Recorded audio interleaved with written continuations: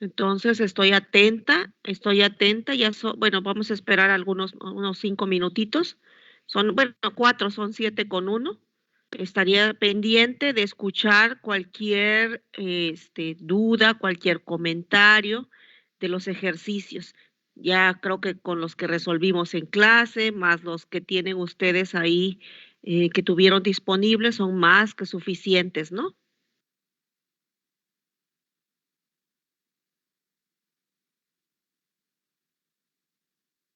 Vayan analizando lo que van a requerir preguntar.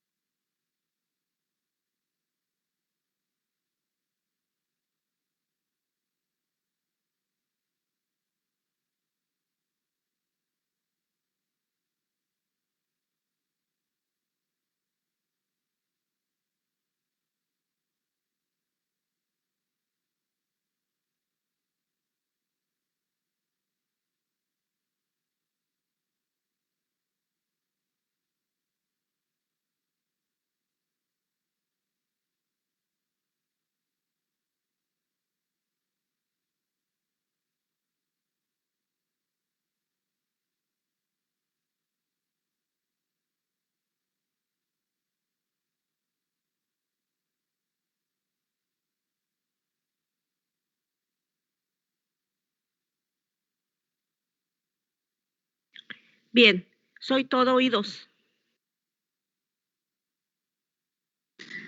Inge, yo sí tengo la duda en la ejercicios B, en el primer ejercicio. En el ejercicio B. Ejercicio B, el primer ejercicio. Ok, voy.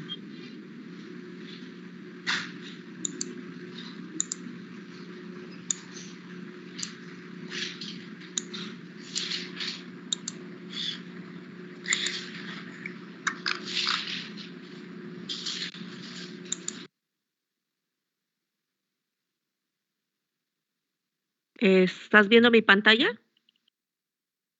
Sí, se puede ver. Habla ahí de la longitud de la fase de moda y por lo que chequé, la fase de moda es la fase lag, la fase de adaptación. Es correcto.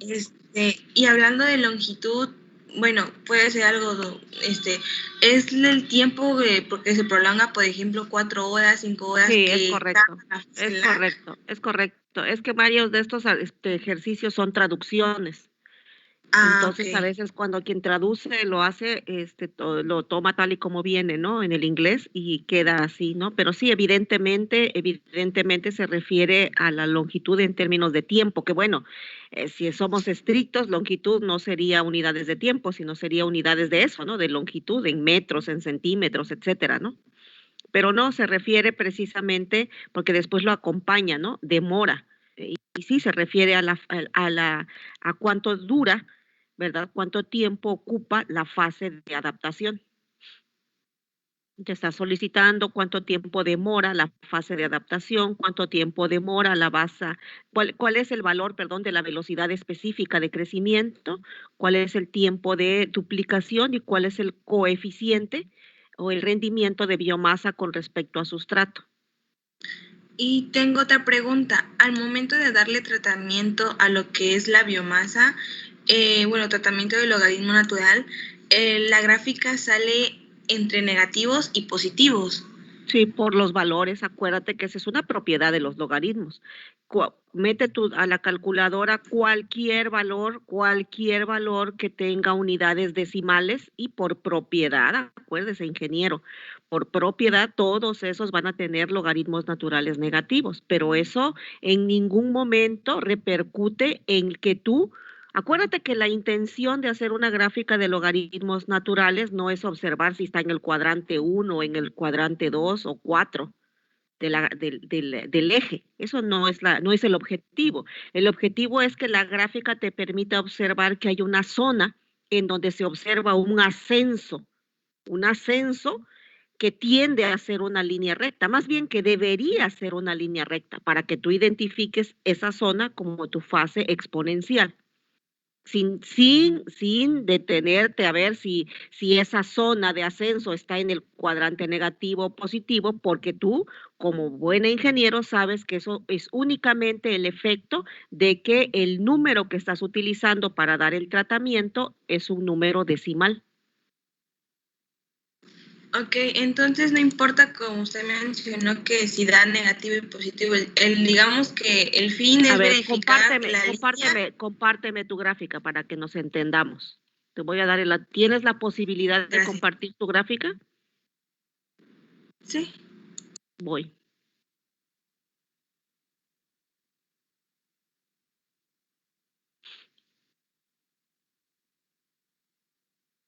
Listo. Sí, y vuelvo a insistir, el objetivo de la gráfica es observar el comportamiento de la gráfica. Ajá, no evidenciar si está en el cuadrante positivo o negativo. Bueno, la gráfica me dio esto. Así y pues es. sí se evidencia Claro. que desde la 3 hasta la 6 es la fase Yo exponencial. sugeriría que le hicieras así es, aquí sugiero incluso que hagas tratamiento a todo para ver qué tanto cambia la R cuadrada, ¿no? Es decir, que tú metas tratamientos pareciera ser, ¿verdad? Pareciera ser al menos de lo que tú estás comentando, ¿verdad? Tú tienes aquí dos decisiones que tomar, ¿no? Tú dices que, bueno, puede ser que inicie a partir de la hora, creo que es la hora 3, la que tú estás sugiriendo, Sí, ¿verdad? Ok. la 3. Ok, entonces sí, es correcto, ¿verdad? Ahí se observa muy bien, ¿verdad? Se observa muy, no la muevas, por favor, ahí estás bien. Okay. Se observa muy bien, ahí está bien, no la muevas. Se observa muy bien que a partir de la hora 3, ¿verdad? Tú tienes una fase que se observa con esa tendencia constante de ascenso, ¿verdad? Por otra parte, de la hora 0, ¿verdad? Bueno, sí creo que es la hora 0, ¿verdad? Del primer valor, de la hora 0 Sí, de la 0. a la hora 3, ajá, se observa apenas un como arranque, ¿verdad? Se observa una zona como de arranque. Ahora, ¿por qué podemos decir de arranque? Porque sí se observa una tendencia a ir en ascenso, ¿verdad? No se Sí. observa como una fase lag, una fase de adaptación, es una fase que debe ser casi una línea sin pendiente, ¿no? Con un valor de pendiente 0. Y aquí se observa que las primeras horas sí tienen una pendiente que no es constante, pues que está como en ascenso. Y como tú comentas, es a la hora 3, cuando se observa a partir pues de la hora 3, cuando se observa francamente ese ascenso. ¿Ok? Entonces, como puedes ver, independientemente de que está en una zona negativa, lo que tú estás observando, no nos estamos deteniendo a observar los valores en las ordenadas. En ningún momento, si te das cuenta, Daisy, en ningún momento ni tú ni yo estamos analizando el valor de la ordenada como valor. Lo que estamos observando es el comportamiento de la gráfica. Sí, sí, sí. ¿De acuerdo? Sí. ¿Ok? Entonces, ciertamente tú tienes ahí esta observación que también puedes acompañar de la observación que estás haciendo de tu tabla. O sea, ¿qué decisión te lleva a definir también, que te ayuda a definir que la fase exponencial empieza a la hora 3? Bueno, tus ojos vuelven a la tabla y tú dices, bueno, es que ciertamente de la hora 0 a la 1, pues no hay una evidencia de un crecimiento significativo. Lo mismo ocurre de la hora 2 a la hora 3, sí, ya hay un aumento, pero no llega a ser significativo como el aumento que tienes de la hora 3 a la hora 4, a la hora 5, ¿verdad? A la hora 6. Sí se nota, ¿no? Sí notas ese gradiente de biomasa. Sí, sí. Esa es otra observación que no debes pasar desapercibida. O sea, la gráfica ayuda, por supuesto que ayuda, pero también hay que regresar la vista a la tabla, ¿no? Ok, Inge. Gracias. ¿Alguna persona más tiene otra pregunta aprovechando la diapositiva de Daisy? No, profe, de hecho a mí me dio similar como a mi compañera y también esa duda tenía, pero con lo que ella explicó, ya queda claro. Gracias. De acuerdo. ¿Alguien más, jóvenes? Ok, gracias, Daisy. Okay, profe, gracias. es A que ver, yo me acabo de permíteme, conectar. Daisy. Son las 7:12, dormilona, dígame. Disculpe, es que tuve un contratiempo ahorita. Y La cama. también yo tenía y no Dime, Daniela. y ya no escuché lo que le dijo, porque yo también cuando intenté hacer el Otra ejercicio. vez, la voy a repetir. Ajá, por favor. Voy. A ver, otra vez, Daisy, por favor. No dejes de compartir, Daisy, para que le vuelva a explicar a Daniela. Lo que tu compañera me preguntaba era si había algún tratamiento especial o algo en particular cuando los valores de los logaritmos naturales, que como tú puedes ver en la tabla que nos está mostrando Daisy, cuando se le da el tratamiento de logaritmos naturales, estamos hablando del primer ejercicio del paquete B, que se llama así, que se denominó B. Cuando ella genera los valores de logaritmos naturales, hay varios valores que le resultan negativos. Su primera duda es que por qué ocurría eso y cómo se manejaba, si había un tratamiento especial que darle a esos valores o una observación particular. Yo le digo que no, que esto simplemente, el negativo, es un reflejo de que el número al que le está sacando el logaritmo natural es un número decimal. Si tú en la calculadora, bueno, no en la calculadora, de tus cursos recuerdas, todo valor que sea decimal en el momento de darle el tratamiento de logaritmos naturales va a ser un número negativo, es propiedad de los logaritmos. Entonces, yo le comentaba a ella que independientemente del signo que tenga ese valor, que en este caso tiene algunos valores negativos, lo que importa es que cuando ella los grafica, que es la gráfica que está al lado derecho de la tabla, se observa cómo está, para lo que nos va a servir la gráfica es para observar cómo va ascendiendo la pendiente de la gráfica que está representando, que es tal y como se observa en la derecha de esa tabla. Entonces, yo le decía que no tiene nada de relevancia el hecho de que los valores sean negativos. Por otra parte, ella me decía que en su decisión, ella consideró que la fase exponencial iniciaba a la hora 3, ¿verdad? Y que fue a partir de la hora 3 y hasta la hora 6 que ella consideró como la fase exponencial y es la que está analizando de manera particular en la gráfica inferior. Y yo le comento que la decisión que ella tomó es correcta porque es la zona donde el ascenso, ¿verdad?, de esa pendiente se observa prácticamente como una línea recta. Evidentemente, cuando ella le da tratamiento, el coeficiente de correlación es alto, lo que significa que fue acertada su decisión. Le decía yo que antes de la hora 3 también se observa un ascenso, se observa el ascenso, pero no con una pendiente constante. Y le comentaba que cuando nosotros estamos en una situación como esa, no debemos olvidar revisar y darle también un análisis a los valores de la tabla. Ella puede constatar en los valores de la tabla que ciertamente de la hora 0 a la hora 1, a la hora 2, ya empieza a haber un incremento de biomasa, pero no es un incremento ordenado, no es un incremento ordenado y realmente en ascenso. Son pequeños incrementos que no son significativos si los comparamos con el ascenso del tiempo 3 al tiempo 4, ¿verdad?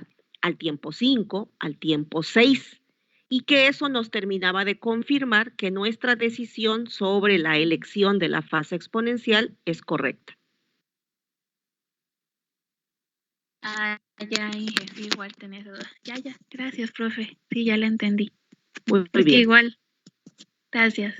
Ok. ¿Alguna persona tiene dudas, gracias Daisy, con otro ejercicio?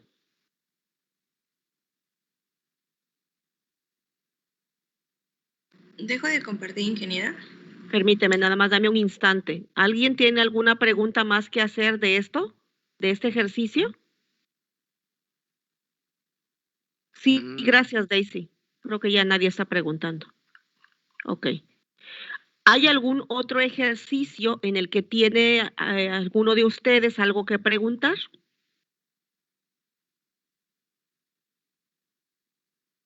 ¿No? Con el paquete B, ya nadie tiene, porque creo que en el paquete B son 2 ejercicios, ¿no?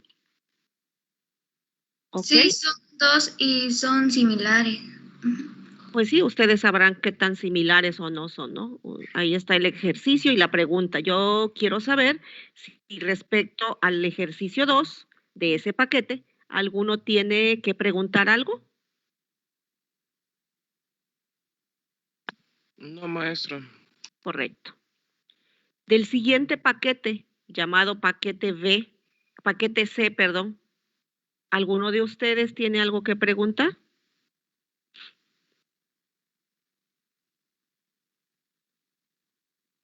Wow, qué bien, nadie pregunta. Perfecto, quiere decir que ya todo el mundo terminó y quedó, todos vamos por un 100. Perfecto. Yo tengo una duda en el paquete C. Bueno, en el primero me quedé, pero no supe cómo hacerle. En el segundo, en el inciso A, sí logré sacar una cantidad, pero me salió una cantidad muy grande. A ver, voy a compartir.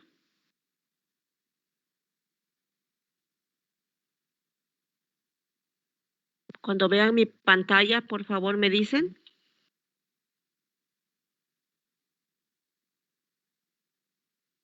¿Ya están viendo mi pantalla del ejercicio? Sí, ya se ve, profe. Gracias. Entonces, en este ejercicio, dice, se desean producir 200 kilogramos de biomasa de Saccharomyces cerevisiae, considerando que el rendimiento celular de la levadura con respecto al sustrato es de 0.45, o sea, este valor, ¿verdad? Ya entendimos qué significa Y de X en S, es 0.45, y considerando que la eficiencia del consumo de sustrato es del 92.5%, estime la cantidad de glucosa que deberá adicionar. Ok, muy bien. Entonces, para que se puedan producir, primeramente, de esta expresión, si ustedes se dan cuenta, tienen el valor de Y de X en S. Si estamos de acuerdo, ese ya lo tienen, es 0.45. Tienen ustedes el sustrato, tienen, perdón, la biomasa producida, porque estaríamos de acuerdo que esto que estoy señalando acá en el numerador es biomasa final menos biomasa inicial, ¿verdad? Entonces lo que ustedes quieren producir pues son 200 kilogramos, o sea, ese valor ya lo tienen. Ok, entonces lo que van a despejar ustedes es sustrato consumido. No se les olvide que el denominador se refiere al sustrato consumido. Cuando hacen el despeje directamente de aquí, que es el primer paso a realizar, el despeje de aquí, ¿cuál es el valor que obtienen de este denominador, por favor?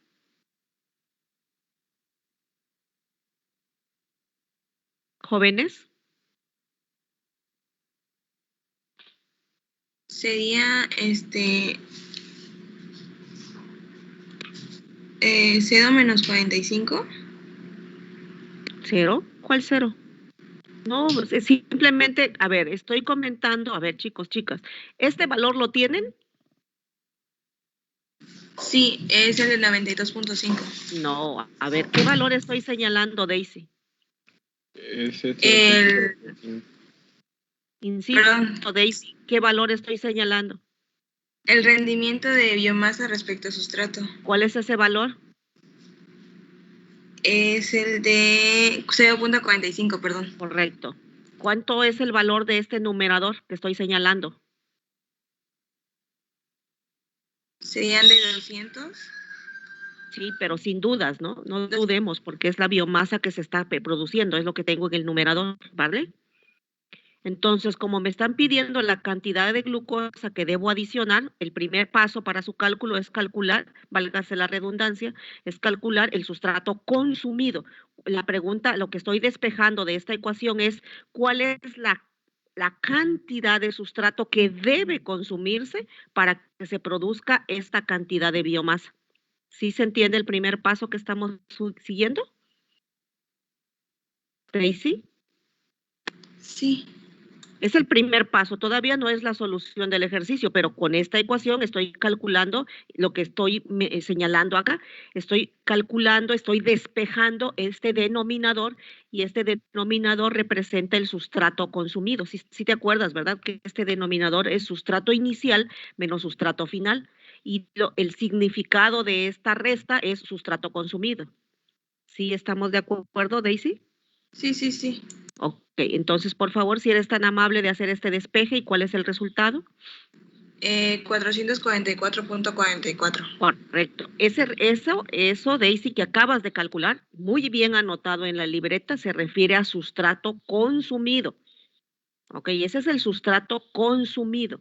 Esa es la primera parte de la solución. Ahora, nos regresamos a atender lo último. Ok, el ejercicio nos está diciendo que del sustrato que tú depositas al medio de cultivo, no todo se consume.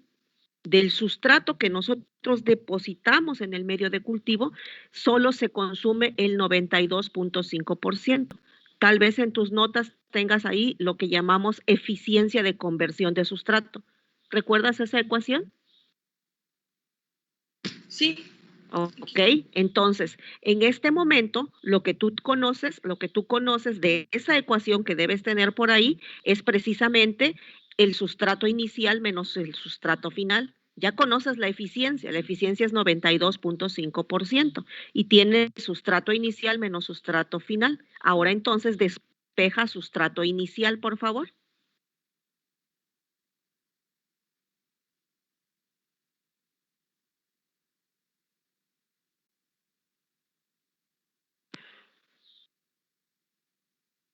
¿Cuál fue el resultado?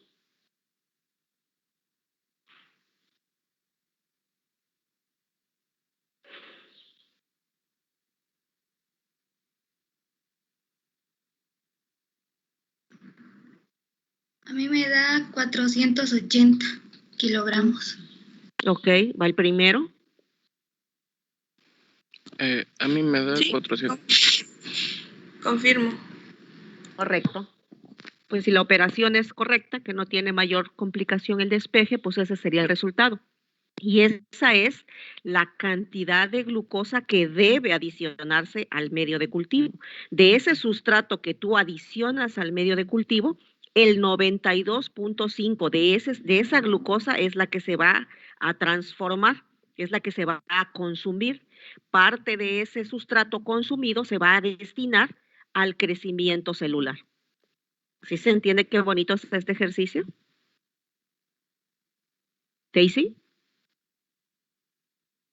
Sí, Inge, me di cuenta que, bueno, por lo menos en el segundo que se necesitan de casi todas las fórmulas que usted nos ha venido dando para ir relacionando una con otra y sacar el resultado. Definitivo. Por eso es muy importante tener, por supuesto, bien conceptualizadas las ecuaciones, porque las ecuaciones ahí van a estar. Quiero pensar que van a elaborar un formulario, ¿no?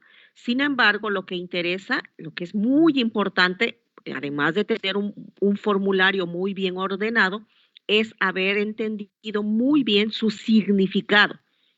Y yo los invito a que cuando estén resolviendo el ejercicio, de preferencia elaboren una figura, ¿no? En este caso, por ejemplo, a mí me parece que sería oportuno dibujar un sistema para entender a qué se está refiriendo la pregunta, porque de otro modo es como estar al tanteo, ¿no? Diciendo, "Ah, no, creo que está pidiendo esto. No, es con la ecuación fulana, es con la perengana".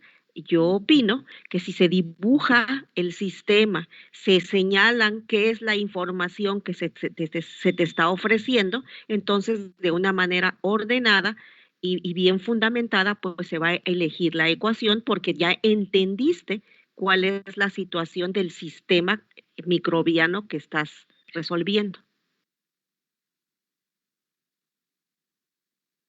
Muchas gracias, Inge. Ok. ¿Alguien tiene otra pregunta de este ejercicio? ¿O de cualquier otro? Vamos en orden. ¿Alguien tiene otra duda del 1.2, por ejemplo?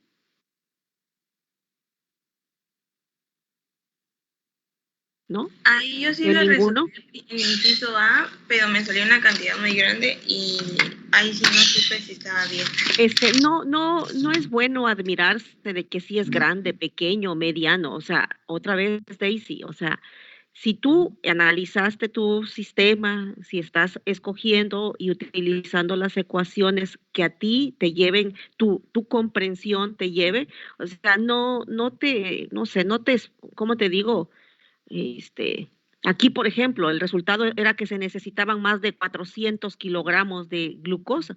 Pues sí, es posible porque no sabes ni siquiera de qué volumen es el reactor con el que se está estimando este cálculo. Entonces, pues sí claro que sería una cantidad monstruosa si tú piensas en 480 kilogramos por litro, pero seguramente no son por cada litro, es por más de 1 metro cúbico, sí, que valor que no aparece acá. Entonces, yo quisiera que sí, atiendo tu duda, Daisy, pero eso de es mucho, es poco, o sea, eso no es tan relevante, porque acuérdate que estás hablando en este caso, ¿verdad?, de una situación, pues teórica, ¿no?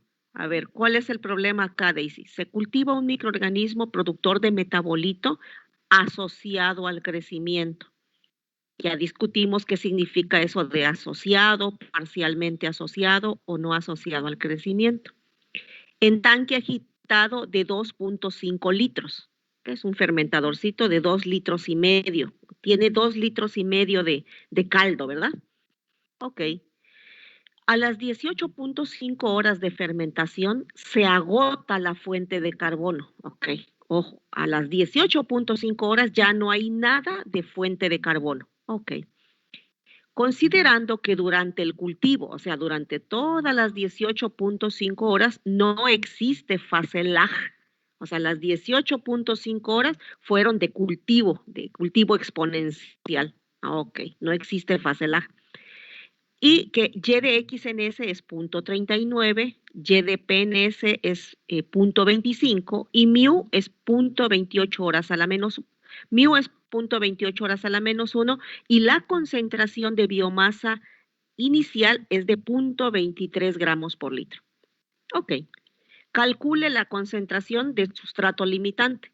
Ok, entonces la primero, Daisy, pregunto, ¿tuviste que usar esta misma ecuación, la de aquí arriba?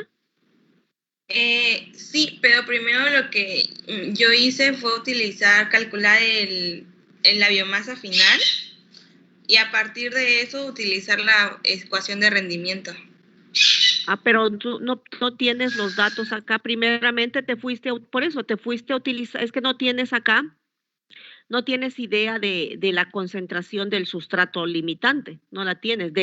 Si usas esta ecuación, mira la que estoy señalando, tienes el valor de Y de X en S, estamos de acuerdo, pero no tienes el valor del sustrato consumido, ni tienes el valor de la biomasa producida.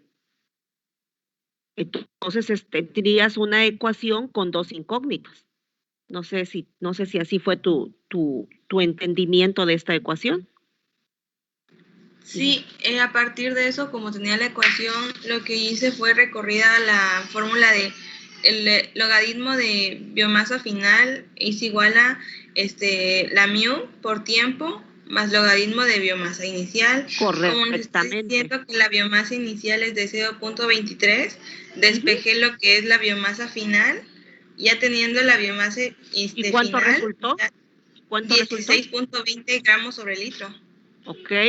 Ok, sí, a lo que voy, número 1, Daisy, excelente. Esa expresión que tú acabas de mencionar es la primera que se puede utilizar porque en este caso, repito, esta ecuación que por coincidencia tengo aquí en la pantalla, representaría una ecuación en donde ni conozco el numerador ni conozco el denominador.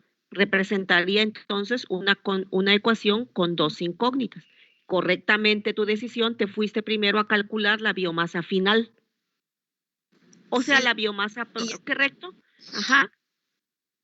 Ya Correcto, teniendo la Daisy. biomasa final, pues ya nada más sustituí en la ecuación de rendimiento y despejé lo que es el sustrato. Correctamente. Y como el sustrato, ojo, en este caso el sustrato se agota. Entonces, ¿cuál es el valor del sustrato final si me está diciendo el ejercicio que el sustrato final se agota? A mí me dio de 40.94 gramos sobre litro. Ok, pero insisto, en esta expresión que estoy señalando acá, ¿cuál es el valor del sustrato final? El valor del sustrato final es 0. Ah, sí. Porque Perdón. te está diciendo que se agota la fuente de carbono.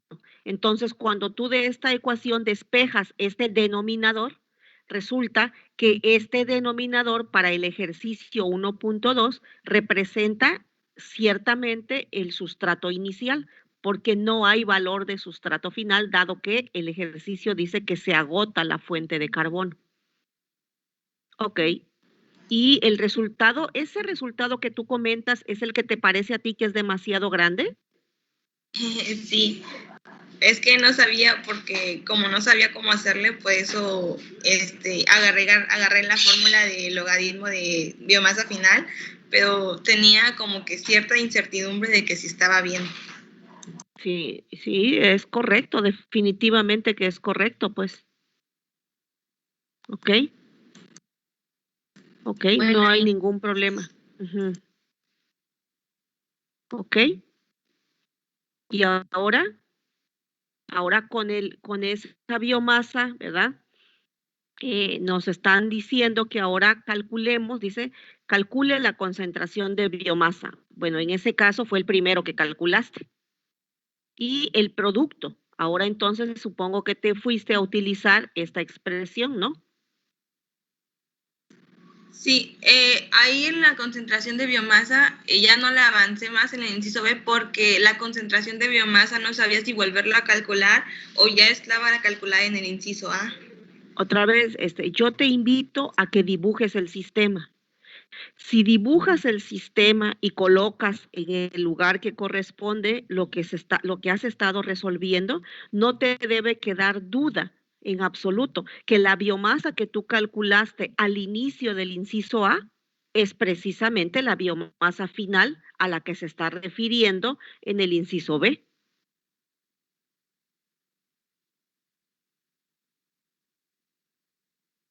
¿Ok? Muchas gracias, Inge. Ujú. En serio, gracias. Ok.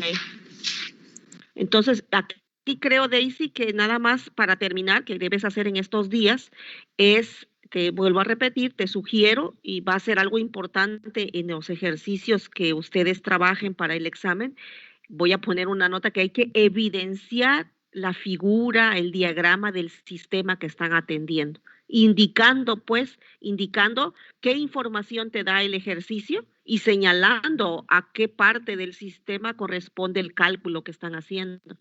Porque creo que eso ayuda muchísimo, Daisy, a ubicarte en qué es lo que estás haciendo, ¿no? ¿Sale? Gracias, Inge. Ok. ¿Alguien más, por favor, de otro ejercicio?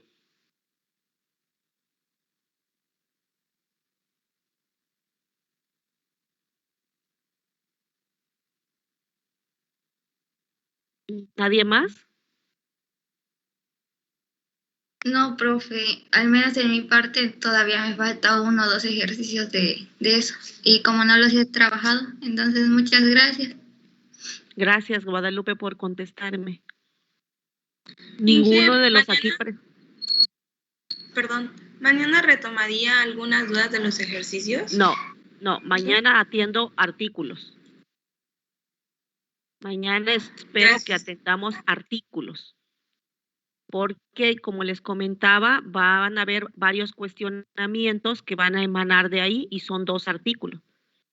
Vaya, sí, yo espero que haya preguntas que hacer, ¿no? Que haya preguntas que hacer. Yo quiero pensar que todo el mundo ya leyó, ya está leyendo y está elaborando como igual, ¿no? Como un diagrama de flujo de cada, por ejemplo, de la metodología, una especie de diagrama de flujo para decir, a ver, ¿qué fue lo primero que hicieron? ¿Qué es lo que evaluaron? ¿Cómo midieron tal o cual variable? Y relacionarla con los resultados que fueron obteniendo los autores.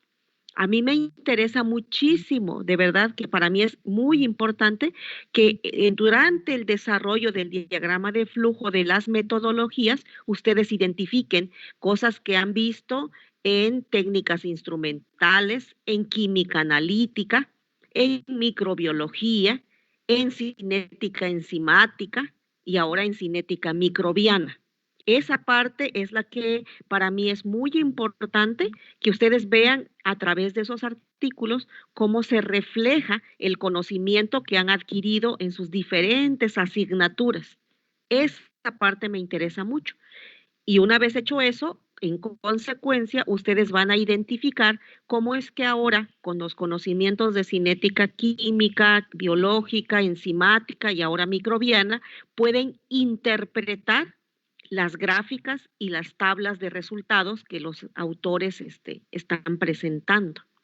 Eso es lo que me interesa muchísimo a mí, para que yo, por ejemplo, pueda tomar una gráfica de ellas y decirle, a ver, en esta gráfica, como usted leyó del artículo, esta gráfica representa tal cosa. ¿Qué puede decir al respecto del comportamiento X? ¿Qué puede decir al respecto del resultado de la tabla 5? Así podrían ser las preguntas.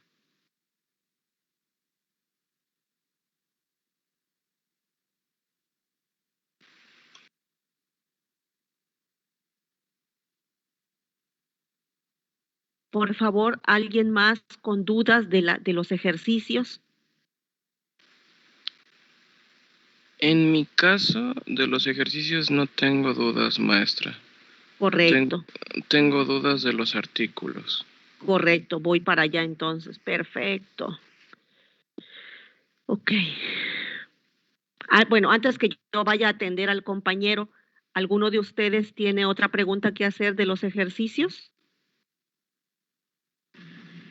No, profe, todo está tranquilo hasta ahorita. Bien. Déjame irme a mis ejercicios. ¿Dónde los tengo? ¿Dónde los tengo? ¿Dónde estoy? Creo que estoy acá. Ay, no, tampoco. ¿Dónde estoy? Ups. A ver, permítame, voy a dejar de compartir porque ya había abierto mi archivo de ejercicios. ¿Ya dejé de compartir? Ya, maestra. Gracias.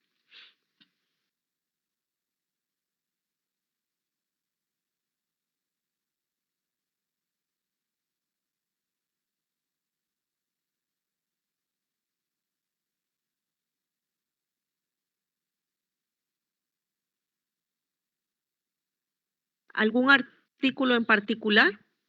Sí, el ¿O B? artículo es el B. El B. Ok. Por favor. Voy. Sí, con mucho gusto.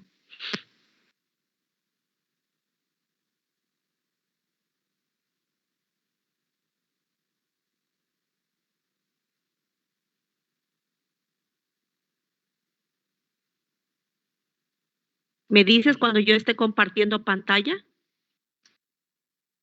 Hola, ya se logra ver. Ok, ahí está. Sí. Muy bien. Ok, lo primero que siento que debo decirle es que en mi caso, pues no sentí necesidad de hacer un diagrama. Este artículo lo vi bastante fácil para digerir. Entonces, conforme lo fui leyendo me surgieron algunas dudas, pero son dudas muy particulares. Por ejemplo, las fui anotando porque como fueron varias, no quería que se me olvidara ninguna. Perfecta estrategia, perfecto. En materiales y métodos, al final... Voy a materiales y métodos. Aquí estoy en materiales y métodos. Ok, sigo avanzando. En métodos analíticos. Ahí dice que para analizar, bueno, contabilizar, medir la concentración del azúcar fue usado el método DNS. O sea, eso me surgió dudas de por qué ese método. Investigué el método y dice que este método, o sea, se basa en DNS, quiere decir ácido dinitrosalicílico, y que es una técnica calorimétrica. Y que, o sea, se basa en... Colorimétrica. Sorry. Sí. Y que se basa en reacciones redox entre los azúcares reductores pues este reactivo, el ácido dinitrosalicílico. Pero me surgió dudas de por qué este método específicamente y no algún otro. Ok, es una pregunta interesante. Bueno, yo espero, ¿verdad? Porque tengo mucha confianza, mucha fe. Todo parece indicar que el próximo semestre ya regresamos al TEC. Y bueno, entre uno de los métodos que espero tener la oportunidad de trabajar con ustedes es este. La técnica del DNS es la famosa técnica desarrollada por Miller en 1959, este autor que aparece acá. Bueno, la técnica desarrollada por Miller, que se conoce comúnmente como el método del DNS, es un método espectrofotométrico que se basa en la reacción que tú comentas, en la que reacciona precisamente el ácido 3,5-dinitrosalicílico con la zona reductora de los azúcares. Solo actúa en esa zona. Por eso esta técnica es específica para identificar y cuantificar azúcares reductores. ¿Por qué esta es tan utilizada y la vamos a ver varias veces utilizada? Porque es una técnica muy estable. Cuando la reacción ocurre y se desarrolla el color, bueno, como ustedes lo saben, debe ser directamente proporcional a la concentración del analito, en este caso el azúcar reductor. El color que se desarrolla es tan estable que tú puedes dejar la muestra de un día para otro y la lectura permanece constante. La lectura permanece estable.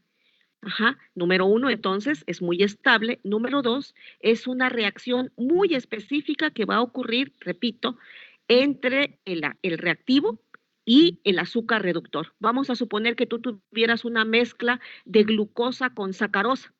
La glucosa es un azúcar reductor, pero la sacarosa no. Y sin ningún problema solamente va a reaccionar con la sacarosa. Con el azúcar reductor.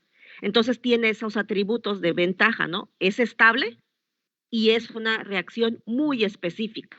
En este caso, pues a los autores, si tú recuerdas en el medio de cultivo, ellos utilizan, ¿cuál es el sustrato que utilizan?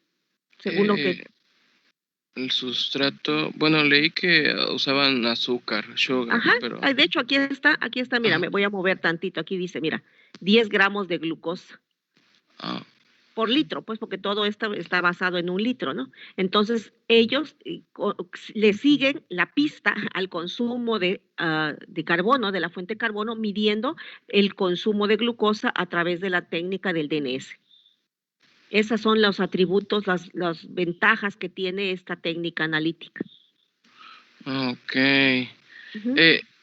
Ahorita, mientras me explicaba todo eso, siendo honesto, se me olvidó que era glucosa, porque a cada rato leía azúcar, entonces me quedé con eso de azúcar. Entonces, ahorita me surgió otra duda con respecto a eso. ¿Por qué usaron la palabra azúcar en vez de glucosa? O sea... Porque es una forma coloquial. Es como cuando nosotros decimos, para nosotros, por ejemplo, nosotros, y no en el lugar donde vivimos, aquí, azúcar le llamamos a la sacarosa. Oh. Es coloquial, o no, así le dices, comúnmente en casa, pues, otra vez de manera coloquial decimos azúcar. Y pues sí, de que la glucosa es un azúcar, lo es, pero si en lugar de sacarosa tú tuvieras un frasco con fructuosa, pues dirías, dame el azúcar, pásame azúcar, ¿no? No, no, no, es común porque finalmente es un azúcar. La sacarosa es un azúcar, la glucosa es un azúcar, la fructuosa es un azúcar. No son azúcares. Nada más Oh, que unos son monosacáridos, disacáridos, trisacáridos, o, ¿verdad? Así están organizados, ¿no? pensé que en los artículos se hablaba de forma más específica. A veces, bueno, depende, ¿no? Del lenguaje que acepten los revisores del artículo que estás trabajando. Hay revisores, hay referees que son muy estrictos, ¿no?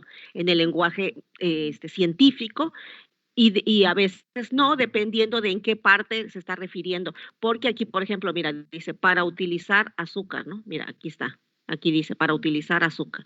Dice, aquí, por ejemplo, dice que en este estudio de la cepa de levadura, dice que si son capaces de utilizar azúcares, ¿no? Entonces sí, azúcares, aquí le llama azúcar. Oh, ok. Ok, esa fue mi segunda duda que me acaba de surgir. La otra duda que anoté es con respecto al efecto de la temperatura en el crecimiento, bueno, en la producción de etanol y en el consumo de glucosa. ¿Avanzo? Sí, por ¿Avanzo? favor. Ajá, es en el efecto de la temperatura. Más abajo, efecto pH, Efecto temperatura. rendimiento, efecto temperatura. ¿Acá? ¿En la Ok, gráfica? en la segunda gráfica, abajito. Ok.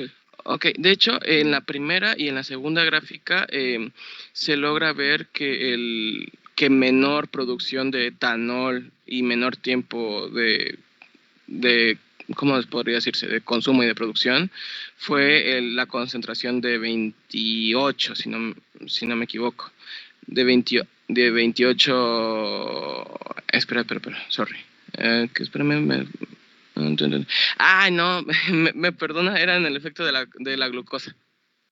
¿Más abajo? Sí, disculpe, No hay perdón. cuidado. Ahí No hay está, ahí, cuidado. ahora sí.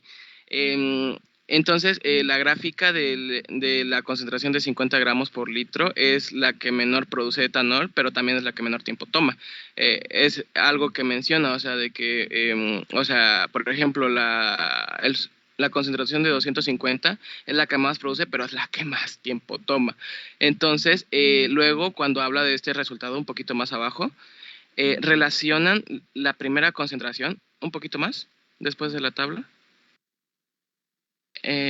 Ahí, justo ahí. Relacionan esta concentración, bueno, relacionan esta gráfica con el crecimiento del microorganismo. Dicen de que lo más probable, bueno, no usan esa palabra, pero dicen que este comportamiento de la concentración de 20 gramos gramos de glucosa por litro fue la que menos tiempo tardó porque se encontraba en la fase de crecimiento. Entonces, ¿por qué con respecto a eso? Por el tiempo, sí es cierto. Okay, es que mi duda era de por qué relacionan esa concentración y no las demás, pero luego me doy cuenta de que las demás tardaron más tiempo. Sí. Oh, sí. ok. Sí. Por eso aquí discuten, ¿no? Las concentraciones y van mencionando, fueron obtenidas en el tiempo 48, en el tiempo 72, 120. Entonces sí juega un papel muy importante y es donde discuten ellos la relevancia de la elección en base también al tiempo que demora en consumirse ese carbohidrato, ¿no? Entonces, entre más tiempo es, pues como es un cultivo por lote, va a presentar todas las fases del cultivo por lote, ¿no? Sí. Y en este caso, al ser una concentración pequeña de glucosa, pues se encuentra en la fase de Así crecimiento es, y no le da para rápidamente todo. se agota, así es. Uh-huh. Oh, ok. Entonces, esa duda ya quedó. Sí.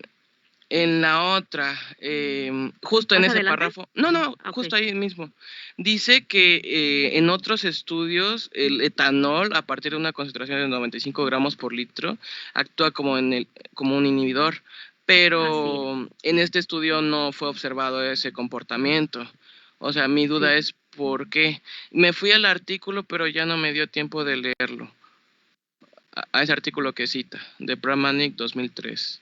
Uh-huh. O sea, ¿usted por qué cree que en Bueno, lo que pasa que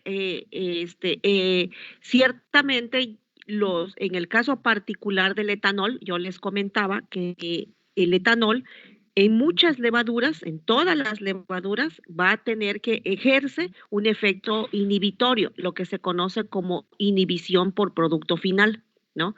Cuando el etanol, que es producto de la misma levadura, se va acumulando, si estamos de acuerdo, este es un cultivo por lote. Termodinámicamente es un sistema cerrado. Hablando termodinámicamente es un sistema cerrado. Esto significa que conforme la levadura está creciendo y consumiendo la glucosa, va produciendo etanol y el etanol se acumula, ¿no? Se acumula en el sistema.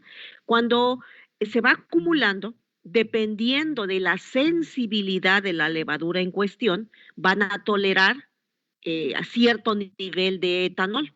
Algunas van a tolerar una cierta concentración, otras van a tolerar un poquito más de esa concentración, pero seguramente todas va a llegar a una cierta concentración de etanol en donde este ejerza un efecto inhibitorio.